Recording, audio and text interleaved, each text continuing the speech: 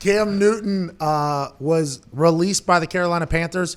I happen to be in the camp that I believe that Cam Newton is going to potentially be an MVP next year wherever he heads to. I am firmly in the camp that Cam Newton is going to be a much better football player next year than he has been maybe since his MVP run. Whenever they got to the Super Bowl, inevitably he didn't recover that fumble. Then he got injured, and then life kind of disappeared out of relevance for a little bit. But now that Cam Newton is motivated with another chip on his shoulder, and he's even saying aloud that the Panthers quit on him. Is that what he's saying? He said that in the video. Can we play this?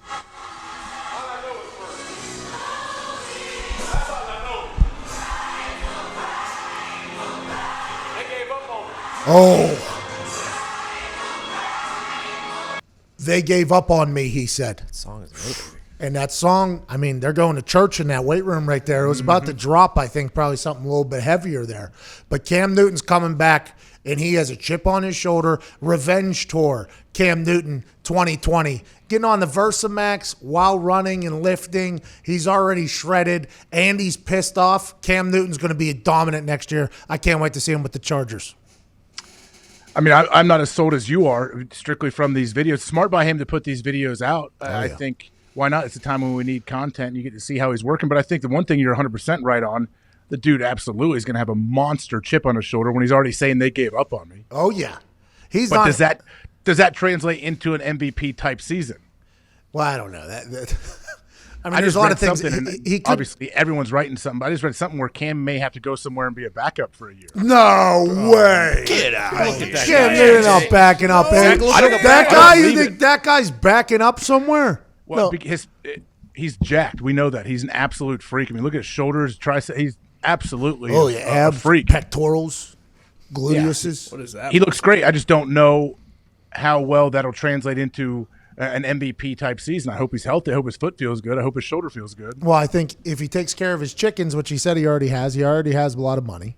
He got to take care of his mentals. Now he's back in the spite and revenge world where he doesn't give about a fuck about anybody else's thoughts, and he's ready to just get back in the game. His body's ready, his physical, his mentals, his chickens. He's going to be lined up and ready to go. I think Cam Newton's going to be dominant next year. Now, he could get injured. He could not fit in the offense. Could be a wild culture change that doesn't really accept. I mean, there are a lot of things. A lot of hurdles that potentially he has to get over. But in my eyes, he's off to a hot start. I think he's potentially going to be in the MVP conversation next year. He's off to a great start. These videos show us he is off to a great start. He's on his way. He puts good stuff out there. But does it worry you, Pat, that coming off this weird offseason where we're most likely not really going to have the OTAs, he's not going to have the time with his new team to digest the playbook, does it worry you that he may only get like a training camp to try to prepare to become the starter of a new team in a new system? Even better, by the way. I think Cam Newton's a quarterback that benefits from people being able to prepare less.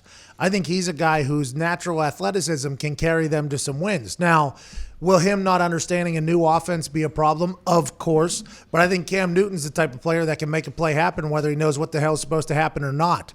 Whenever we played against him, it was Cam Newton right, Cam Newton left, then they would have a play and a run and then put that on repeat. I think he's a guy that doesn't need all the OTAs, doesn't need all that type of stuff, although it would help, obviously, getting timing with your wide receivers and such because he can sling it. I think he's the type of player, though, that, wouldn't exactly be hurt as bad as some others if there wasn't a lot of time to prepare and learn the offense.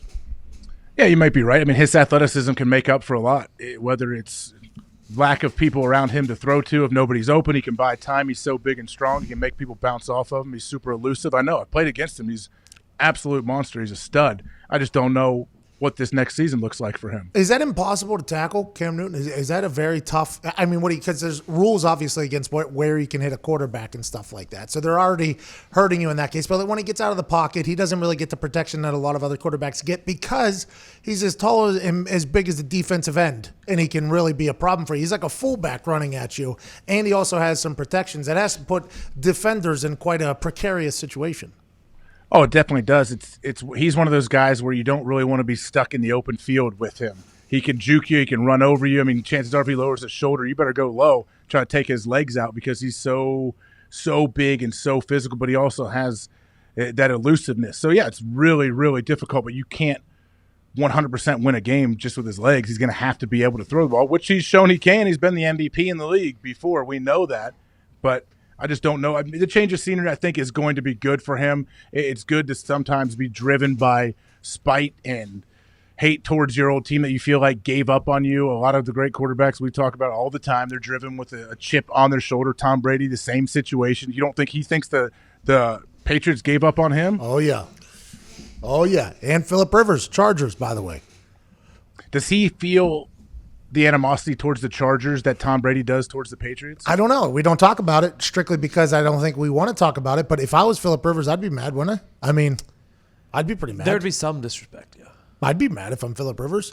You moved the team. I was driving 3 hours to still be your quarterback. You don't offer me anything. You move on. And then the conversation was they were going to get a quarterback that was older than him and Tom Brady. Now, who knows if they are actually making a run or not. I don't think we've had like solid concrete information that the Chargers made a run at Tom Brady, but he's older than Phillip Rivers, and another team that he's never done anything for, the Indianapolis Colts, just paid him $25 million to play football more. You know, so that's a conversation if we really wanted to, as media heads, to stir the pot. Like, is Phillip Rivers mad at the Chargers for not taking care of him for all that he's done for them? I mean, that's definitely a conversation you could have, but we don't talk about it because the Tom Brady Patriots 6 Super Bowl 20-year run is obviously overshadowing the move that Phil Rivers just left the Chargers, which is a franchise he said he loved. Antonio Gates, I mean, it's just one of those things where that is a conversation that could happen, but it doesn't feel as if that's been the PR spin of this conversation. Instead, it's been, can Phil Rivers still throw a fucking completion or not? Because the Colts picked Phil over Tom Brady, which is very, very interesting. That's another chip on the shoulder for Tom Brady, by the way. Oh, it absolutely is. As you were saying that, it made me wonder why the Colts, like, if they did even go after Andy Dalton.